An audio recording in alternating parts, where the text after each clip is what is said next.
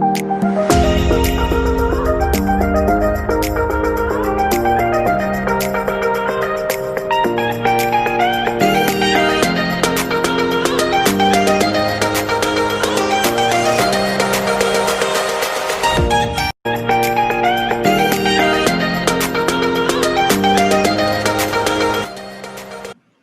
morning. Thank you for coming to the meeting today. My name is Kurnilah Azzahra, and I will guide the way of focus group discussion today.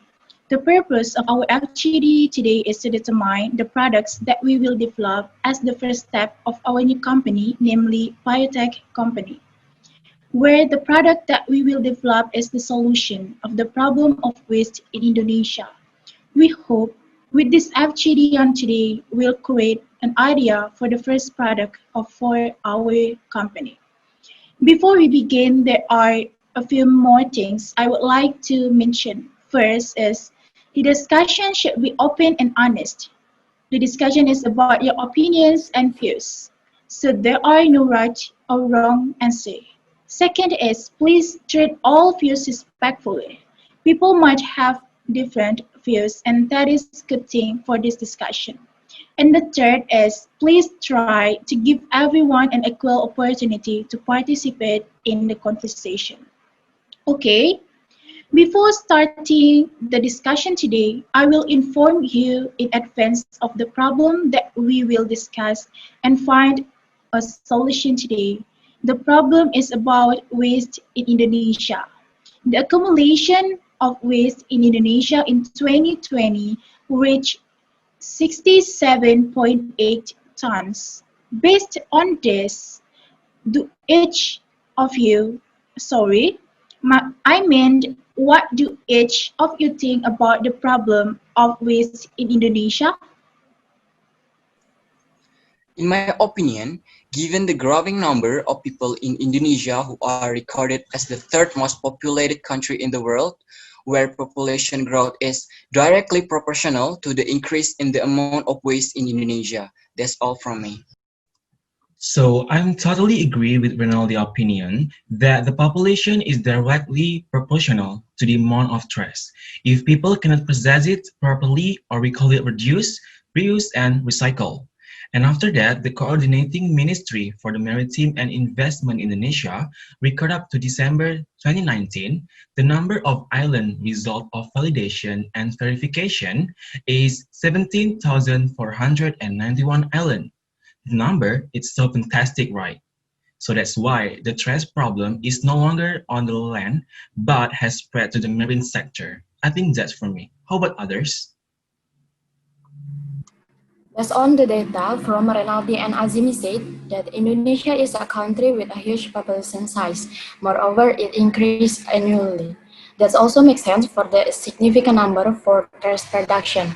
Nevertheless, the recycling system of trash in Indonesia is still pathetic and not equal enough to the number of rubbish production. As a result, we just get the earth is going worse annually. I read the study released that the plastic rubbish which have been collected and recycled in Java Island were only about 11.83%. And how about the 88.70% other? And from what I've told to all of you just now, it's only talk about Java Island and one type of waste that we know, which is plastic. So we know that it is very significant to us, our generation, and the earth. Okay, I agree with all of you. Indonesia is one of the countries where plastic waste is a big problem. Home to more than 2,067 million people, it is believed to be the world's second largest contributor of plastic pollution in the ocean after China. Nearly 15% of all plastic waste that erupt in the ocean comes from Indonesia. Besides that, 4 of Indonesia's rivers rank among the world's top 20 polluted rivers, and it is estimated that Indonesia uses more than 93 million plastic straws every day, more than 9.8 billion plastic bags every year, and almost 95% of these bags erupt as waste. It will become clear that plastic is slowly infecting all of our ecosystem. That's all from me. Okay, I agree with the opinion on the population amount proportional to the amount of waste produced. However, population growth is something that our company cannot control. So are there other factors that make the accumulation of waste in Indonesia increase? Okay, Kurnilah, as I said before, where the number of people can cause the trash problem if the people or community cannot manage or process the trash properly. And one of the factors is the society that cannot manage the trash due to the lack of public understanding of the reduce, reuse, and recycle. I think that's from me. And how about others, guys? In the fact, there are so many factors that relate to this case, but for me myself, the most important one is kind of waste. The waste alone is if only organic type of waste, we can just let them because they are recycling their own self easily. But how about plastic trash and some plastic product that we know it's really hard to recycling? And now there are a lot of product which use plastic as their material. However, it just used once by the consumer, such as straws, tears, or even bag. Of course, by this increasement, we know it will just cause a lot of trouble for us. Okay, in my opinion, the lack of public concern about waste is another factor in the accumulation of waste in Indonesia, where there are still many people who litter without knowing the consequences of the accumulation of garbage. That's all from me. Okay, I think there is shopping place and eateries that still use disposable containers, and containers is very difficult to decompose. I think the last one from me. Okay. Surely the accumulation of waste in Indonesia has a lot of adverse impacts. What do you think are the adverse impact of garbage pickup? Mm, in my opinion, the increased waste causes unpleasant odors and result in a lack of beauty in an environment. That's all from me. What about others? In my view, the garbage that accumulates can cause environmental damage. For example, if garbage is dumped into rivers and accumulate, it can cause catastrophic flooding. Uh, in my view, before there was a waste collection system in place on land, like what Renaldi said before, the impact to organism on the land. It has similarly to the trash we are dumping into the ocean. It's having catastrophic effect on the animal and most of organism who living over there.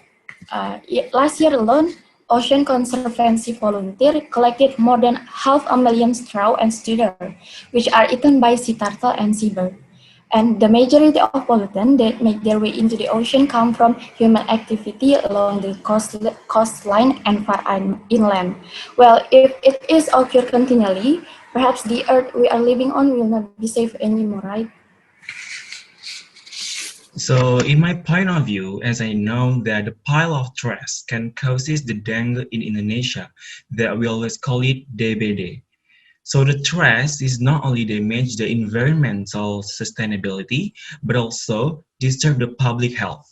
The pollution that can be through the air, water, soil, or the contact with the organism that can cause the disease. One of them is DBD or dengue. Okay, so based on your opinion on the problems, factors, and effects of garbage pickup, is there a solution to reduce this problem that we can make as a business opportunity? Uh, I suggest to produce stainless bottle because I found a huge production of plastic bottle which only use once and of course increase the amount of rubbish. I suggest to create a modern bottle to our consumer, and I guess it will sold well among teen and nature lover. Okay, How about the other? I'm sorry, I don't agree with Amalia's opinion to over stainless beverage bottle product. This is because there are already a lot of companies or shops that sell similar product. Therefore, if we take this idea, it is rather difficult to return the investment because we have to strive extra to innovate our product different from others. So, I think we need to offer a new solution to the waste problem in Indonesia. Okay, I agree with Putri Faradiba's opinion.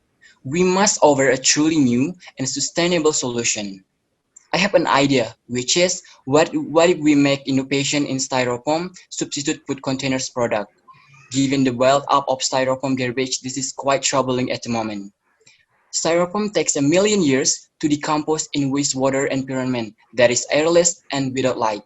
Just imagine if the accumulation of styrofoam waste increasing from year to year, it will certainly impact the quality of environment and health. Well, that's a good idea, Renaldi. Considering nowadays almost every food outlet in Indonesia uses styrofoam as its food wrap, we can offer the solution to food stores, school canteens, cafes, catering business, etc. So that the target market we are aiming for is consumers who are most likely buy products in large quantities and constantly. This it allows the profits we get constantly every year. How Azimi related to the idea? So actually, that's a good idea. Regarding to the solution, of course, in this manufacture, there are raw materials to consider. Does anyone have an idea about the raw materials so we can to contribute or develop it together? How about we make wooden food containers so that the food container can be used repeatedly? It's a good idea, but in my opinion, to replace styrofoam, we have to make innovation similar to styrofoam, so that it can be used as food wrap. In addition, if we use wood, of course, the capital we spend will be large and result in expensive selling price.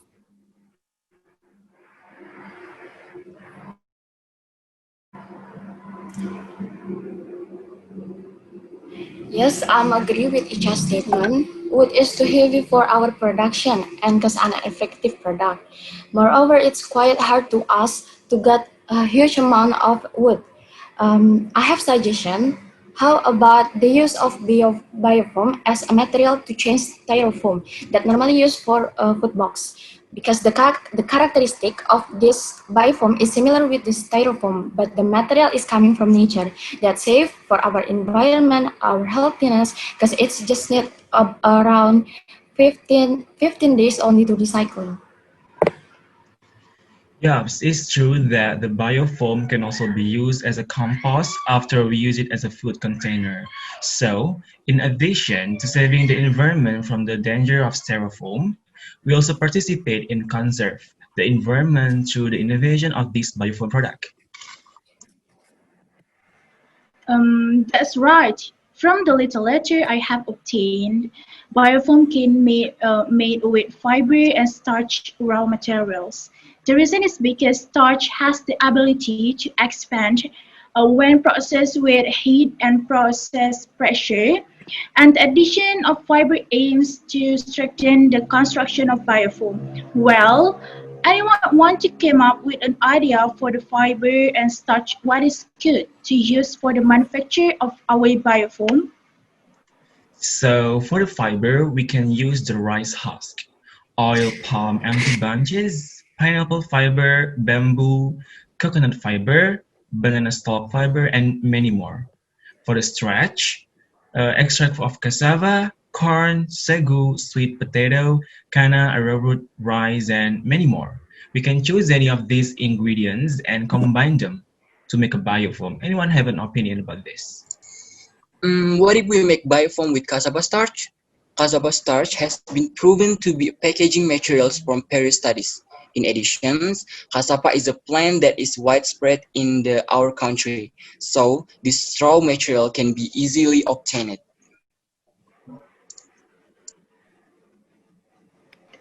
Well, right. That way, we also contribute to advancing plantations in Indonesia. Anyone got any advice on fiber materials?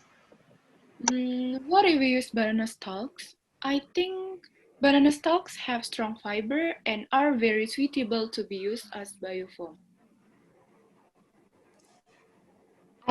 Good idea, Icha. We have much of banana starch in Indonesia, but we are not take advantage of it. So I think we have to use this material wisely. So, wow, guys, that's a great idea and suggestion from you. Based on my analysis, to make a biofoam, we use the thermopressing process. What do you think about this process? I agree with the thermopressing process that uses the process of heat and pressure in mixing raw materials into the one unity. Considering cassava starch can be expanded to the maximum if given the heat and pressure process. That's right. As I know, by this process, we can make the starch more dense than a natural one. That could make a biofoam also become stronger that we will produce. Okay, so the product we will develop for our company are biofoam from the cassava starch and banana fiber. But of course, in this preparation of raw materials, we need an agent who can send the materials to us every month. Is there anyone here who has an acquaintances to help us supply the cassava starch and banana fiber? What if we cooperate with cassava and banana plantation owners in my area, namely Musi Banyuasin? There are many cassava and banana gardens owned by the surrounding community. We can partner with the owner to provide raw materials every month for our company.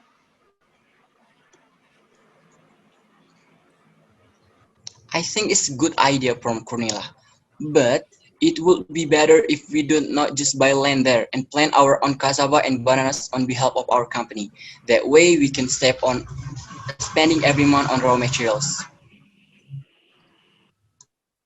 I agree with Renaldi's opinion. In addition, we can also help create jobs by applying local communities to manage the plantation land. Okay, before this meeting is over, I will ask if there is any suggestion for the name of product that we will develop. I have suggestion, sir. How about nature foam? The name from styrofoam, which styro word we change into nature. The meaning is really to our product as a nature product that's not danger to our environment and healthiness. Wow, such a philosophy name. I'm agree with that. How about others? Yes, I I agree. agree. I agree.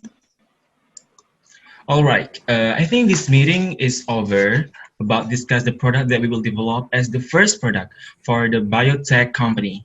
I will return to Kurnilah to conclude our meeting on today. Well, so based on today's focus group discussion, came the conclusion that the initial product for us to start this company is that we offer a solution to reduce styrofoam waste that is harmful to the environment, namely with biofoam products from cassava starch and banana fronds named Nature Foam. Then we will open our own land for cassava and banana plantations in Musi Banyuasin district as a provider of raw materials. Finally, we're done meeting today. Then, for the continuation for this product project, we will discuss at the next meeting. Thank you so much for your participation in this focus group discussion. I end. Good morning and stay safe, everyone. Thank you. Okay, good Good morning. morning. Thank you.